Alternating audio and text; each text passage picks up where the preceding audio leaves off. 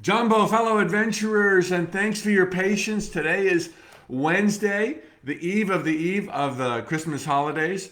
I just had to run out into the street and give our trash collectors a tip. That's why I'm late. That's why I'm out of breath. Thanks for your patience. All right, some great questions have been coming in on Facebook and Instagram. That's where I get my talking points every day. Post below, and maybe tomorrow or early next week, I'm going to be able to address your question, give you the insight you're looking for, help you live happily ever after. That's what we're here for. That's why we're alive in time and space. So today's great question comes from, if you will, troubleshooting. How do you tweak the machinery? How do you know when you're doing it wrong? How do you figure out what you did wrong? What are you missing?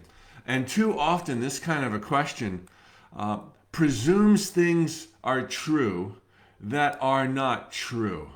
And specifically, these types of questions presume you're making a mistake or not doing it right when all along you were doing it just perfect, except that you thought you weren't. And then you stopped doing it perfect because you said, oh, this is not right. I'm not doing what I want. Here's a great question. I'm not trying to read into it. I don't know anything about the questioner's circumstances. Thank you for being so bold and brave, all of you, to ask these great questions. They just give me a platform. Whether or not my answer exactly applies to your situation, I can only hope. Mike, I keep trying to manifest financial abundance, but instead keep manifesting romance. Oh my gosh, how many people would love that problem? After the last two short-term relationships, I end up feeling drained of energy and having to take the time out to heal.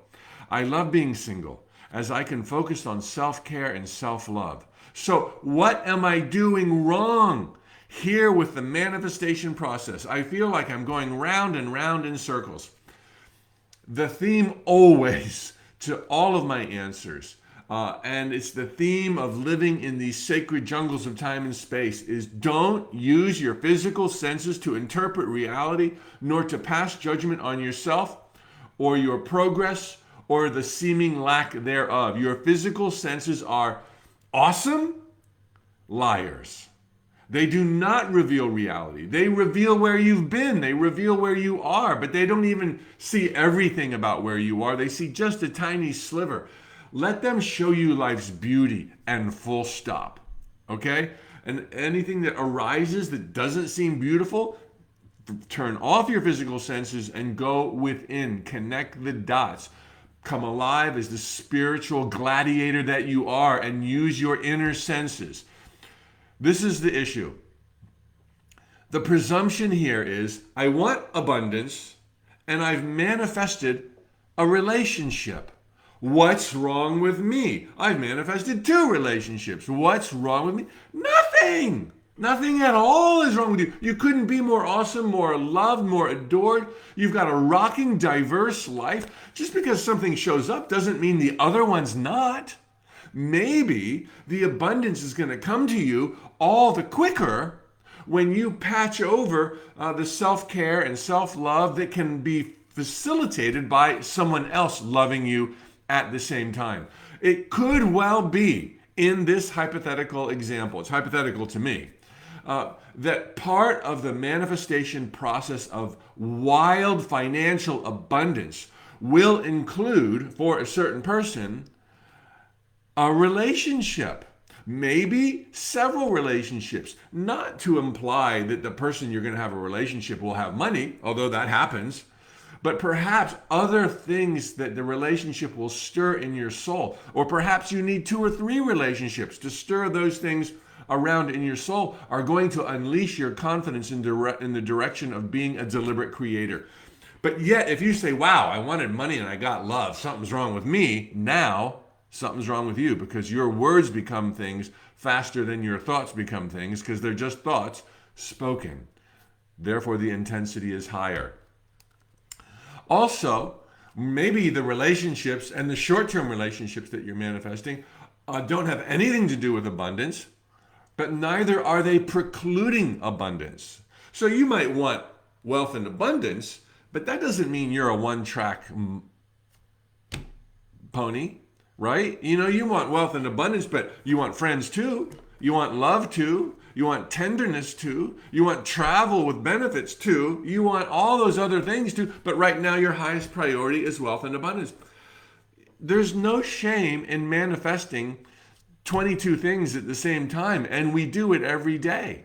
Again, evidence not to draw the conclusion that this isn't working, I'm doing it wrong, because your inner witness hears, this isn't working, I'm doing it wrong. And so that truckload of money that was about to show up tomorrow is put on hold because you don't believe it's possible because you think something's wrong with you.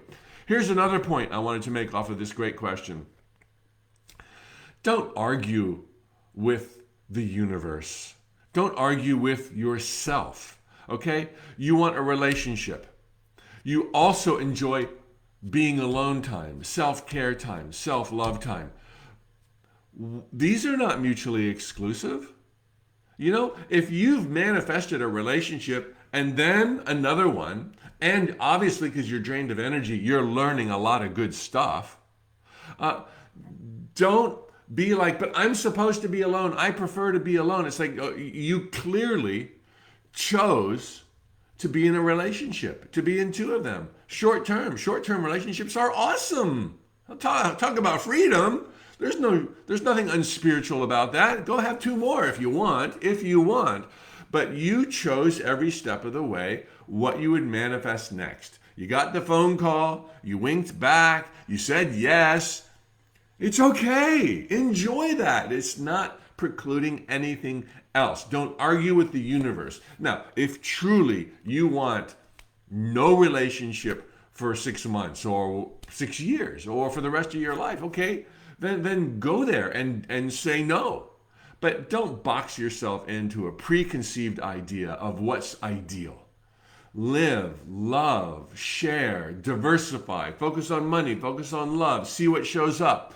Tweak it, adjust it, concentrate a little bit more. Don't assume something's wrong, and you will blow the doors off of this existence.